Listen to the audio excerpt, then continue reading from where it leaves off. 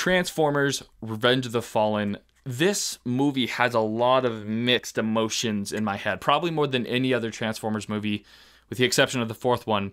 But this one's a better kind of confused because I think it has a lot more attributes than any movie after the original trilogy. With that being said, my thoughts on this one might not be generally quite so positive, but I do want to talk about the pros of this movie first. Now, when it came out in 2009, similar to the first one, I didn't watch it in theaters. 9-year-old me watched it when it came out in DVD because my parents, who are a lot wiser than most, had the nerve to wait until it came out on DVD so that they could edit it through ClearPlay and get rid of a lot of the trashy content that is in it. Now, I make a point of mentioning that in this movie because a lot of what makes this movie so weird and so wrong is actually a lot of that raunchy, inappropriate, non-child friendly content that is introduced that just simply doesn't belong, and as a kid needed to be filtered from my parents so that I didn't have to be exposed to that. But I am getting ahead of myself because there's some things in this movie I really like, okay? And we have to address the first biggest one, which is the action. This movie presents some of the most legendary action scenes out of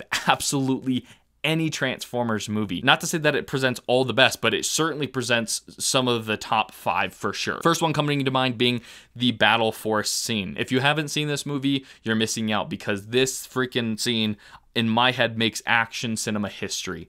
It is just a slap to the face for 10 minutes straight. It's basically this big battle between Optimus Prime and Megatron in his Cybertronian tank mode, and then also involved with Starscream and Grindor as they fight in this forest. And it's this legendary scene where Optimus Prime is actually killed by Megatron. But the battle getting there is just such a joy to watch. Because it's so well choreographed, and unlike a lot of the rest of this movie, it seems very well thought and planned out from an action team. And the CGI, oh my gosh, the CGI is unbelievable. Like, if you thought the CGI in the first movie was good, the one in this one was slap you up good. It is beautiful. And if you know me, you know that that's not a compliment I just give out freely, because it's 2021. Back then it was 2009. Everything after 2007, I expect to have great CGI. That is a standard. It shouldn't be anything less. So if a movie goes below that standard, it's disappointing. If it's above it, it is meeting expectation. Something has to be particularly spectacular in the CGI department for me to compliment it. And there is not a moment in this movie that you have to sit there and think, that was maybe not so real. No, every moment in this movie looks pixel perfect accurate to real life, and it is so cool. And then, of course, there's a huge marketing material that they utilized a lot back in the day when they were dropping the trailers, which is Devastator, the big boy, the combiner, the Constructicon combiner, made up from 8 to 10 different construction vehicles into one big monster kind of creature that's walking on all fours, using his vortex grinder to just suck everything up. And it's a great scene, although it's a bit of an underwhelming scene simply because of the build up to it was kind of goofy, and the actual execution of it was a little bit too goofy for its own good. I also think Sam continues to be a pretty serviceable main character in this movies. You know, my least favorite parts about him are actually involved with his parents, his family, the girls he's involved with, and the characters around him in this movie, but he himself he stays consistent with his goofy,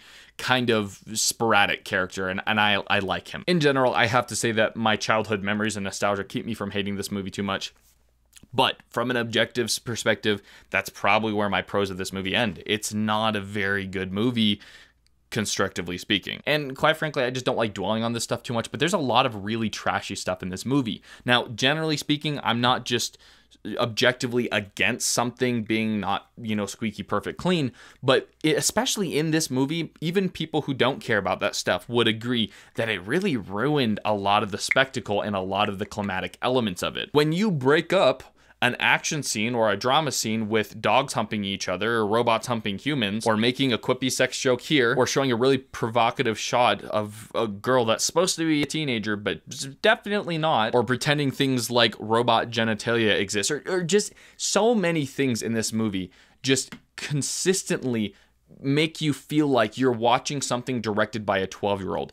And genuinely speaking, if this did not have such absolutely perfect CGI and special effects, I would have nothing against thinking that this actually was directed by a 12-year-old, because it just behaves like one. This is predominantly for children, and it's like they totally forgot that. And I think that's very disrespectful to its audience in general. As a contributing part of the original Transformers trilogy, though, I think it services very well, and I think it still provides something moving forward. It's certainly my least favorite out of the original trilogy, but the action scenes in this bad boy, between Devastator to Megatron fighting with Optimus Prime to Bumblebee, you know, you do grow closer to characters like Optimus Prime, even though his death and rebirth, it doesn't really make a lot of sense. Overall, though, between a scale of 1 to 10, I generally give this movie about a 6.5. That is my thoughts, though, on the Transformers sequel, Revenge of the Fallen. Tomorrow, I'm going to be reviewing Dark of the Moon, which will be the last of the trilogy. If I want to go on past that, you guys can let me know if you want to hear thoughts on all 6 Transformers movie.